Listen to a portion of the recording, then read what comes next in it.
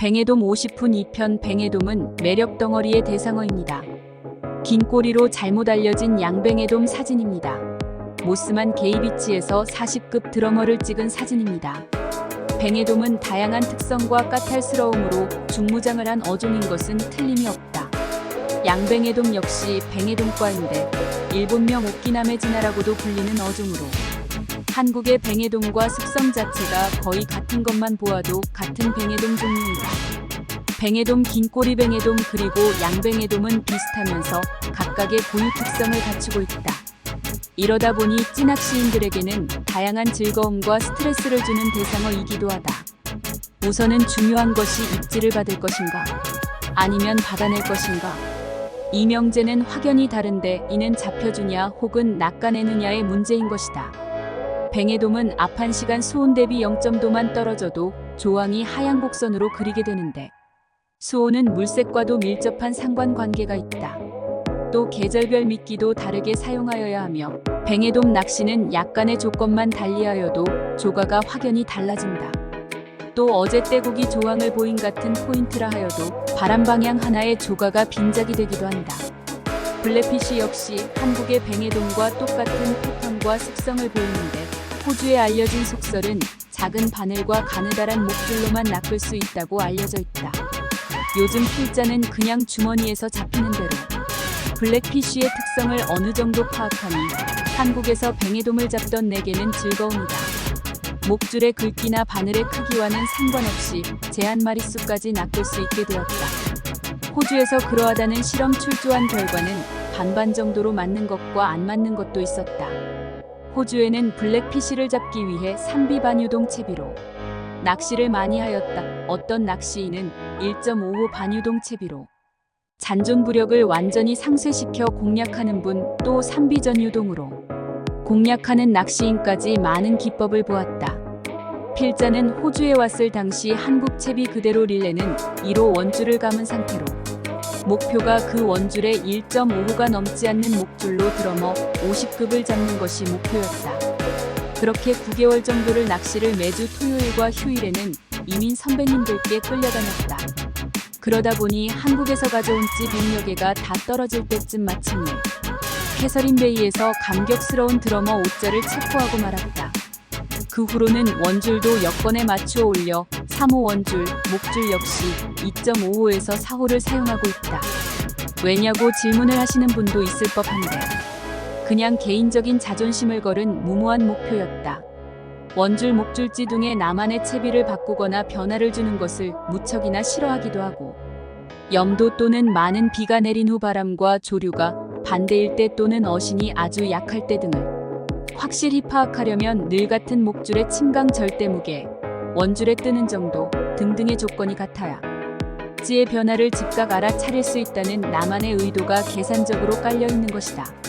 항상 같은 채비로 1년 이상을 낚시한 낚시인과 매번 채비를 바꾸는 낚시인 중 누가 유리하겠는가? 이것에 대한 정답은 늘 같은 채비를 사용하는 낚시인인 것이다.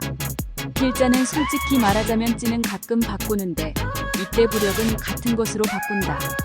늘 같은 채비로 방파제에서 소일거리로 낚시하는 동네 할아버지와 그 방파제에 놀러온 전문 프로 낚시인의 승부에서도 할아버지 쪽으로 승일 것이라는 굳은 믿음을 깨고 변수를 만들고 이 승부에서 지지 않는 낚시인이 되기 위해 무던히도 노력했던 적이 있었다.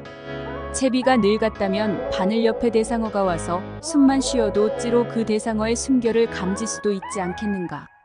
그러다 보면 처음 가는 포인트에서 현지인이 놀랄만한 조항도 가끔은 만들어낼 때도 있다. 또한 낚시대로 채비를 살짝 끌어보면 항상 같은 채비를 사용한 낚시인은 미끼의 유무까지도 느낄 수가 있다. 많은 변화에 대처하고 정답이 없는 것이 낚시라고 배웠다. 그러나 정답은 없을지언정 정석은 있는 것이 낚시라고 사부님들께 배웠고 나 또한 그 길만을 걷기를 희망하며 그러려고 노력하는 중이다. 오늘은 뱅에돔의 매력이 무엇일까? 생각해보자.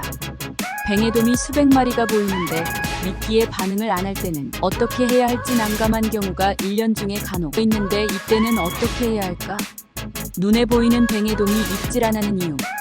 필자 또한 뱅에돔이 눈에 보이는데도 낚아내지 못한 경험이 많다. 아예 입질조차 없다면 조건이 맞지 않아서라고. 위안을 삼을 수 있겠지만 분명 미끼를 건드리긴 하는데 바늘에 걸리지 않을 때면 정말 갑갑하다. 혹은 처음 한두 마리는 쉽게 낚아냈는데 이후로는 거짓말처럼 입질이 끊어지기도 한다. 이런 상황에 처하면 많은 꾼들이 뱅에돔 활성도가 떨어졌다고 말한다. 물론 낚시를 하다 보면 수온, 물색, 염도 등 환경적인 요인이 수시로 변하면서 활성도에 큰 영향을 미치기도 한다. 하지만 필자는 이런 이유보다는 뱅에돔이 지속적인 스트레스를 받으면서 입질이 얕아지는 경우가 더 많다고 생각한다. 수면 가까이 피어오른 뱅에돔은 갯바위에 있는 낚시꾼을 볼 수 있다. 또한 한자리에서 같은 채비로 계속 낚시를 하면 뱅에돔 입질을 포함한 미채비를 인식하게 된다. 필자 생각에 반론을 제기하는 꾼도 있겠지만 밑밥은 계속 받아먹으면서 미끼에는 전혀 관심을 없다면 어떻게 설명하겠는가? 예민한 뱅에돔을 노릴 때 주의할 점. 눈에 보일 만큼 수면 가까이 떠올라 밑밥을 받아먹으면서도 미끼에는 관심을 보이지 않는 미운 뱅에돔을 어떤 방법으로 공략해야 할까? 뱅에돔에게 자신을 들키지 않아야 한다. 낚시를 하면서 수면에 사람의 그림자가 드리워지면 잡아 움직임조차 조심스러워짐을 느낄 수 있다. 하물며 예민한 뱅에돔은 말할 것도 없다. 채비 또한 스텔스 기능을 갖춰야 한다. 뱅에돔이 찌나 목줄, 스토퍼 바늘 등을 알아차리면 경계심을 갖고 좀처럼 주변으로 접근하지 않는다. 이럴 땐 빨간색이나 노란색 같은 원색으로 칠해진 소품은 되도록 쓰지 않는 것이 좋다. 광택이 나는 것도 피해야 한다. 목줄은 가는 것보다는 투명도가 높은 제품을 선택해야 한다. 마찬가지 이유로 일본 뱅에돔 낚시 명인들은 대부분 검은색 개통 낚시복을 입고 갯바위에 선다. 무심코 넘길 수도 있는 일이지만 여지껏 우리가 갯바위에서 만난던 뱅에돔은 예민하고 영리하다. 밑밥 품질에 각별히 신경을 써야 한다. 낚시를 해보면 항상 각종 잡어들이 대상어보다 먼저 밑밥과 미끼를 받아먹는다는 사실을 알 수 있다. 밑밥이 수면에 떨어지는 소리만 듣고 반응하는 잡어, 자리돔, 범돔, 고등어, 전갱이, 쥐치, 보거 등 밑밥이 가라앉는 모습을 눈으로 확인하고 덤벼드는 잡어를 분리해 모은다면 대상어가 미끼를 발견할 확률이 훨씬 높아질 것이다. 밑밥 품질법에 관해서는 다음에 좀 더 자세히 알아보기로 하자. 여름에 낚시를 하다 보면 낚시자리 주변으로 각종 쓰레기나 해조류가 밀려오는 일이 종종 생긴다. 보통 이런 상황을 맞으면 짜증을 내기 마련이다. 부유물 때문에 채비를 던질 곳이 마땅찮고 원줄 관리가 어렵고 걸림도 잦아지기 때문이다. 하지만 필자는 조류가 거의 흐르지 않고 입질이 뜸할 때면 은근히 부유물이 밀려들기를 바란다. 특히 해조류의 부유물이 갯바위 주변으로 떠내려오면 더욱 집중해서 낚시를 한다. 해조류 속에는 파래새우를 비롯해 각종 먹잇감이 숨어 있는 등 활성도가 좋아지는 여건을 만들어준다고 믿는다. 종종 부유물 더미에서 재미를 본 적이 적지 않기 때문이다. 오늘도 시청해주셔서 감사합니다.